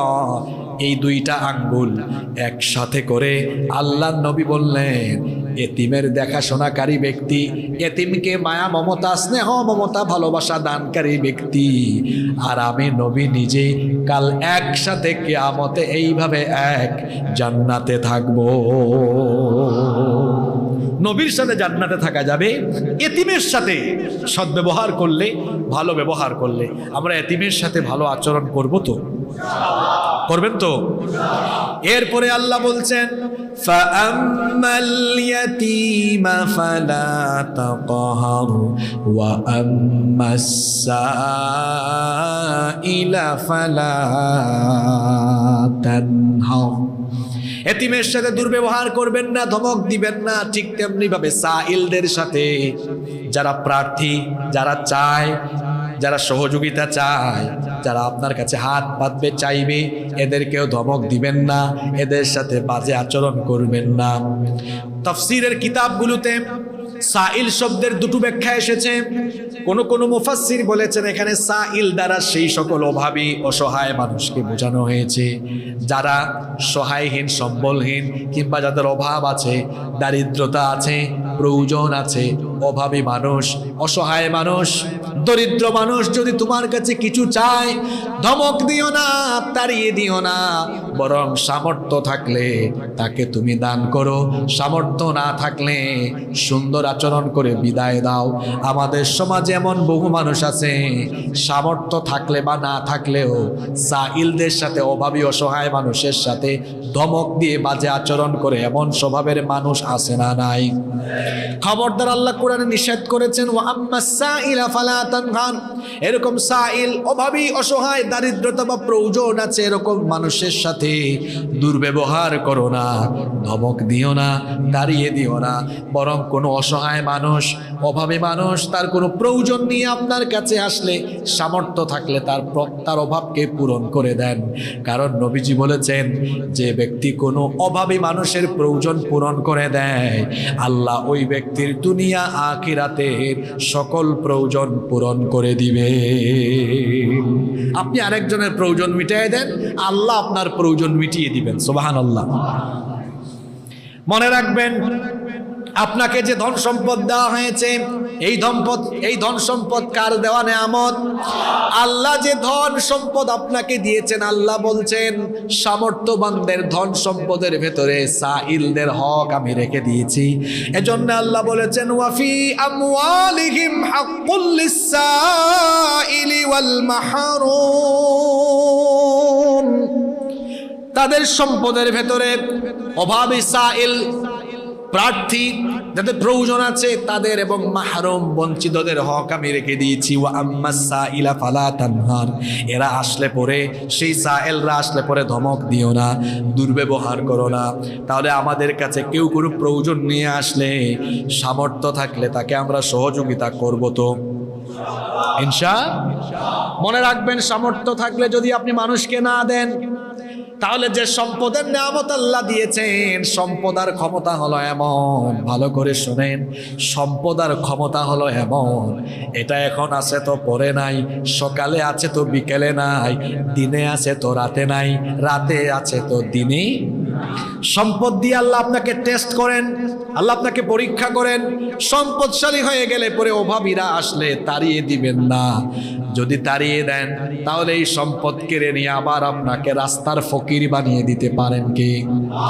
আমার একটা ঘটনা মনে পড়ে গেল, হাদিস থেকে ঘটনাটা কি শোনাবো? ঘটনাটা বলবো? এই ঘটনাটা এসেছে সরাসরি বুখারী শরীফে। আল্লাহর নবী বনি ইসরাইলের 3 জন ব্যক্তির কথা বললেন, যেই 3 জন ব্যক্তিকে আল্লাহ তাআলা সম্পদ দিয়ে পরীক্ষা করেছেন। জোরে বলেন তো কয়জন ব্যক্তি? কোন বংশের? আরো জোরে বলেন। বনি ইসরাইলের 3 জন ব্যক্তিকে আল্লাহ সম্পদ দিয়ে টেস্ট করলেন। 2 জন পরীক্ষায় ফেল, 1 জন পরীক্ষায়। এবার শুনেন সেই কাহিনী। এই 3 জন ব্যক্তির প্রথম জন ছিল কুষ্ঠরোগী, ধবল রোগী। কুষ্ঠরোগ আপনারা বুঝেন তো? এটাকে অনেক এলাকায় বলে ধবল রোগ, বুঝেন তো আপনারা? 2 নম্বর ব্যক্তি ছিলেন টাক মাথা বিশিষ্ট, টাকলা, মাথায় কোনো চুল নাই। 3 নম্বর ব্যক্তি ছিলেন অন্ধ, চোখে দেখতেন না। এই হলো মোট কয়জন? এবার আল্লাহ তাআলা এই 3 ব্যক্তিকে পরীক্ষা করতে চাইলেন, ফেরেশতাকে পাঠালেন। ফেরেশতা প্রথম ব্যক্তির কাছে এসে বললেন, প্রথম ব্যক্তি কুষ্ঠরোগী, ধবল রোগী। ফেরেশতা এসে বললেন, আল্লাহর বান্দা, তুমি কোন জিনিসটা চাও? কোন জিনিসটা তোমার সবচেয়ে বেশি পছন্দ? ওই ব্যক্তি তখন বললেন, আমি ধবল রোগী, কুষ্ঠরোগী হওয়ার কারণে অনেকে আমার সাথে বাজে আচরণ করে। যদি আমার চামড়াটা সুন্দর হতো, কুষ্ঠরোগ ভালো হয়ে যেত, তাহলে আমার জন্য এটাই কল্যাণকর হতো। ফেরেশতা আবার তার শরীরে যখন হাত বুলাইয়া দিলেন, আল্লাহ তার কুদরতি ব্যবস্থাপনায় এই কুষ্ঠরোগী ব্যক্তির কুষ্ঠ রোগটাকে ভালো করে দিলেন। ফেরেশতা জিজ্ঞেস করলেন, তুমি আল্লাহর কাছে কি নেয়ামত চাও, কোন সম্পদ চাও? সে বলল, যদি আমার উট থাকতো, অনেকগুলো উট থাকতো, ভালো হতো। এবার ফেরেশতা তাকে গর্ভবতী একটা উটনি দিলেন, দিয়ে বললেন, এটা থেকে আল্লাহ তোমার সম্পদে বরকত দান করেন। ফেরেশতা চলে গেলেন দ্বিতীয় ব্যক্তির কাছে। দ্বিতীয় ব্যক্তি ছিলেন টাক মাথা বিশিষ্ট, মাথায় কোনো চুল নাই। ফেরেশতা গিয়ে বললেন, তুমি কি চাও, তোমার কি পছন্দ? বলেন তো, যার মাথায় চুল নাই, চুলের চাইতে আর পছন্দের জিনিস কি তার কাছে থাকতে পারে নাকি? তিনি বললেন, আমার মাথায় যদি চুল গজাতো তাহলে আমার মাথাটা সুন্দর হতো, কেশ বিশিষ্ট মাথা হতো, লোকজন আমাকে আরো স্মার্ট ভাবতো, অনেকে আমাকে টাকলা বলে ডাকে। ফেরেশতা মাথায় হাত বুলায় দিলেন, আল্লাহ তার কুদরতি ব্যবস্থাপনায় ওই টাক মাথা বিশিষ্ট ব্যক্তির মাথার মধ্যে আল্লাহ চুল গজিয়ে দেওয়ার ব্যবস্থা করে দিলেন।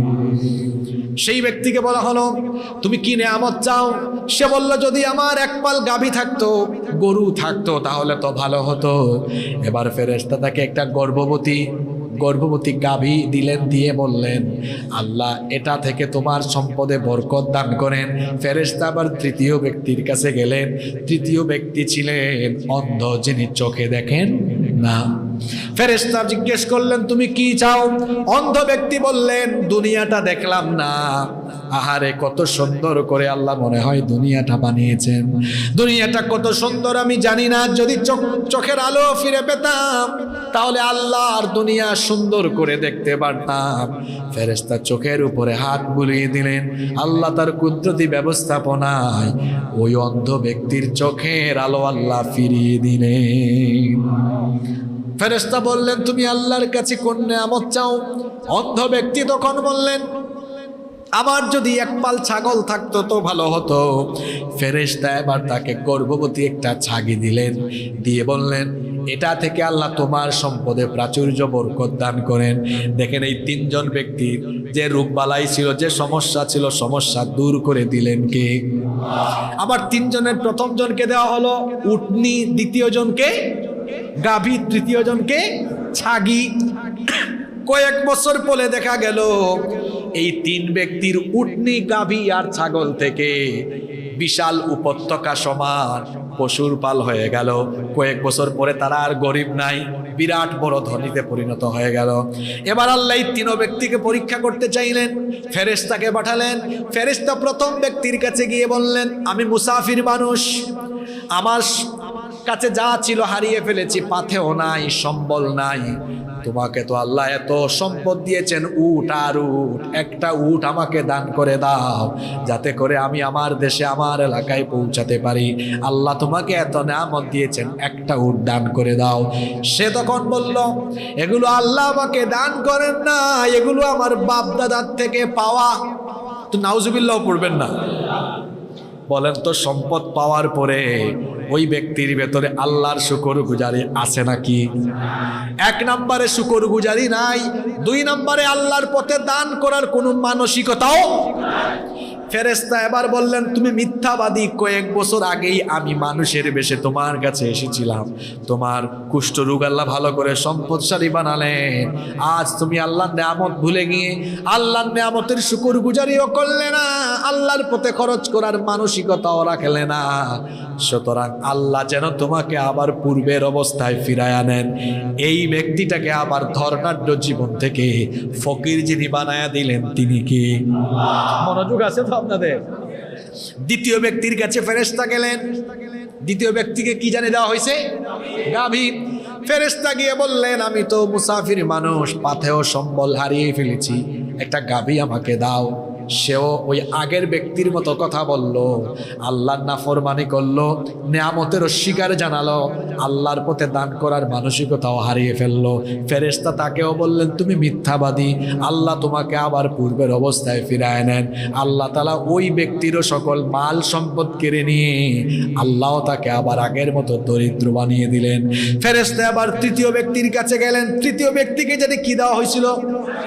হ্যাঁ, তৃতীয় ব্যক্তি অন্ধ ছিলেন। তৃতীয় ব্যক্তির কাছে এবার তিনি গেলেন, গিয়ে বললেন, আমি মুসাফির, পাথেও নাই, সম্বল নাই, সব হারিয়ে ফেলেছি, একটু সহযোগিতা করেন।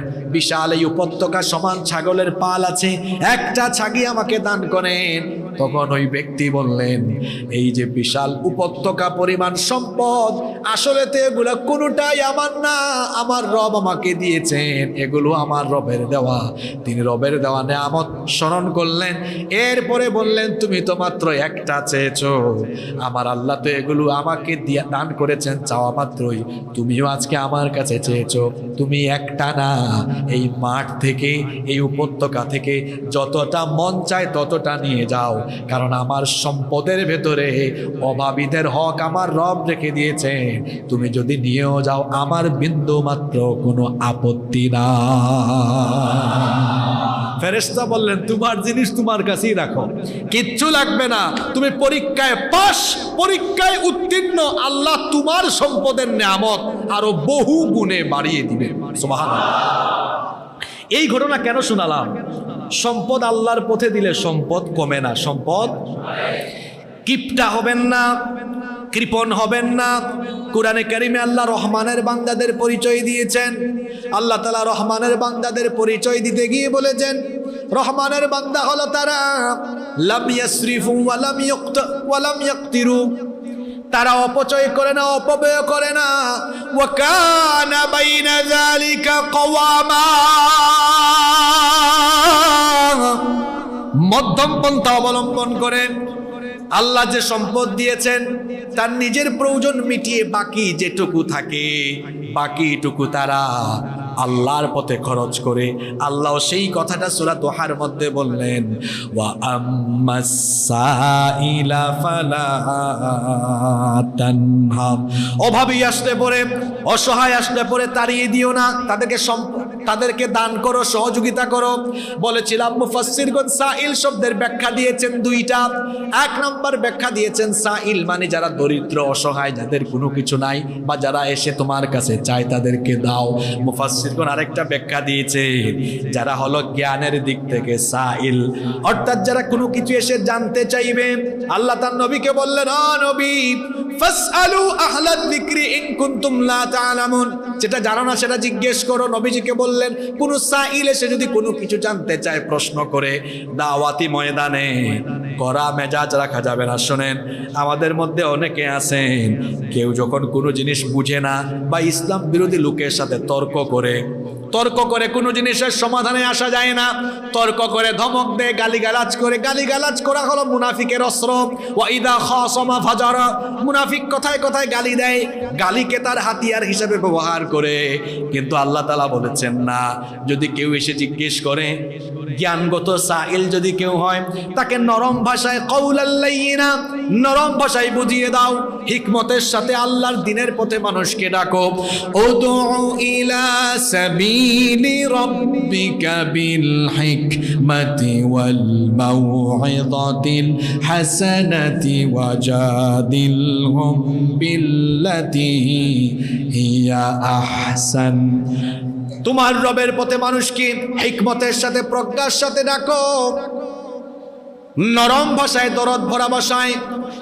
যারা জ্ঞানগত সাইল আছে তাদেরকেও ধমক দিও না, দুর্ব্যবহার করো না। আল্লাহ তার নবীকে এবার উপদেশ দিলেন, নবীর মাধ্যমে আমাদেরকে উপদেশ দিয়ে এরপরে আল্লাহ সূরাটা কেমনে শেষ করলেন শুনেন।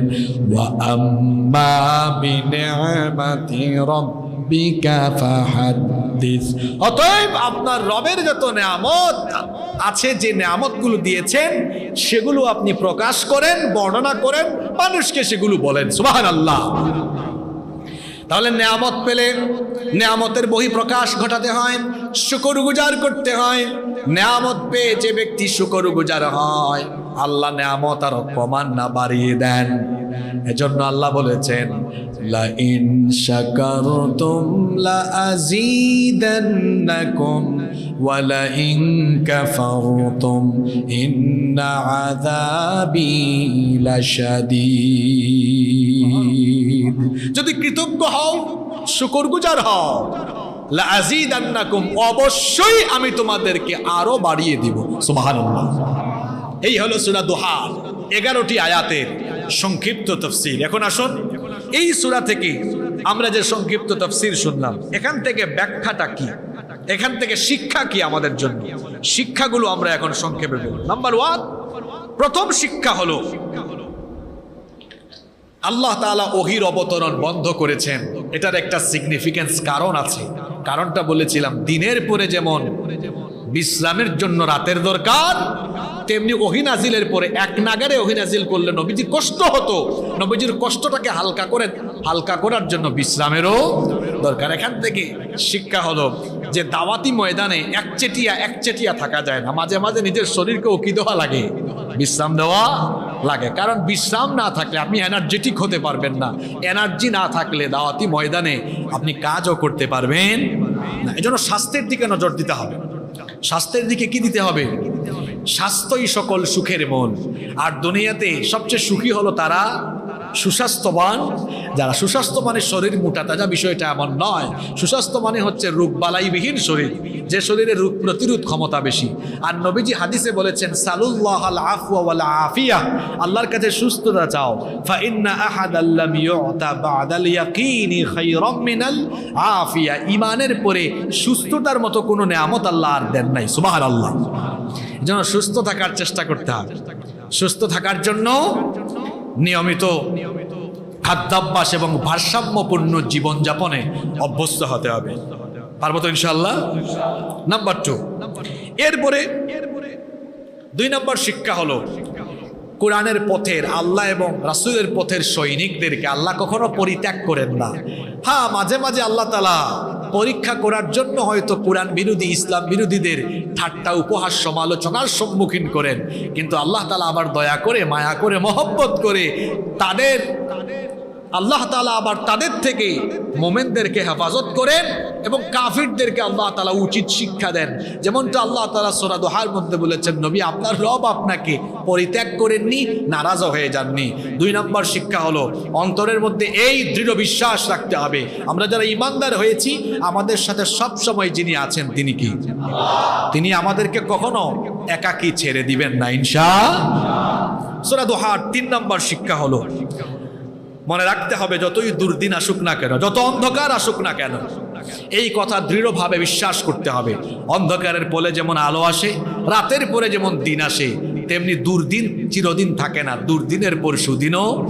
গত 15টা বছর আমরা গোটা বাংলাদেশে বকবক করেছি, আর আপনাদেরকে বলেছি এই জালিম, এই স্বৈরাচারী কর্মকাণ্ডে হতাশ হবেন না, একদিন স্বৈরাচারের পতন হবে, আলো আসবে। আজ কি সেই কথার বাস্তবায়ন ঘটেনি? ঘটেছে কিনা? কোরআনের কথাগুলো দিনের আলোর মতো পরিষ্কার এবং সত্য। ওয়ালাল আখিরাতু খায়রুল লাকা মিনাল উলা ওয়ালা সাউফা ইউতিকা রাব্বুকা ফাতারদা, পরবর্তী সময় উত্তম হবে এবং আল্লাহ এত নিয়ামত দিবেন আপনারা খুশির উপর খুশি হয়ে যাবেন। 5 তারিখের পরে অনেকে খুশি রাখতে পারছেন? সামনে আরো খুশির দিন আসতেছে। যদি ঈমানের উপরে থাকতে পারেন, পিতা, স্বামী, বাপ, চাচা, নেতা, নেত্রীর সব আদর্শ বাংলাদেশে কবর রচিত হবে, বাংলাদেশে কুরআনী শাসন কায়েম হবে ইনশাআল্লাহ। সূরা দোহার 5 নম্বর শিক্ষা হলো এতিমের সাথে দুর্ব্যবহার করা যাবে। এতিমের দেখাশোনা করবো আমরা, রক্ষণাবেক্ষণ করব, লালন পালন করব, এতিম দেখাশোনা করব, এতিম ছেলে মেয়েদের বিবাহের ব্যবস্থা করে দিব। পারবো না ইনশাআল্লাহ? সূরা দোহার 6 নম্বর শিক্ষা হলো সাইলদের সাথে, অভাবী, অসহায়, যাদের প্রয়োজন আছে, দারিদ্রতা আছে, এরকম মানুষের সাথে বাজে আচরণ করব না। সামর্থ্য থাকলে পরে সামর্থ্য অনুযায়ী মানুষের পাশে দাঁড়াবো, সামর্থ্য যদি নাও থাকে তাও মানুষের সাথে বাজে আচরণ করব না ইনশাআল্লাহ। 7 এবং সর্বশেষ শিক্ষা হলো আমরা আল্লাহর নেয়ামতের শুকরগুজার করব। আমরা শুকরগুজার বান্দা হব, কারণ শুকরগুজার বান্দাদেরকে পছন্দ করেন কি? এই যে সূরা দোহা থেকে আমরা নবীজির অনেক কথা জানলাম এবং করণীয় অনেক কিছু আমরা এখান থেকে জানলাম, যে 7টি শিক্ষা আমরা এখান থেকে জানলাম। আসুন এই 7টি শিক্ষা আমাদের জীবনে প্রতিফলিত করি, তাহলেই আমরা দুনিয়া আখিরাতে নাজাতের পথে থাকতে পারবো ইনশাআল্লাহ।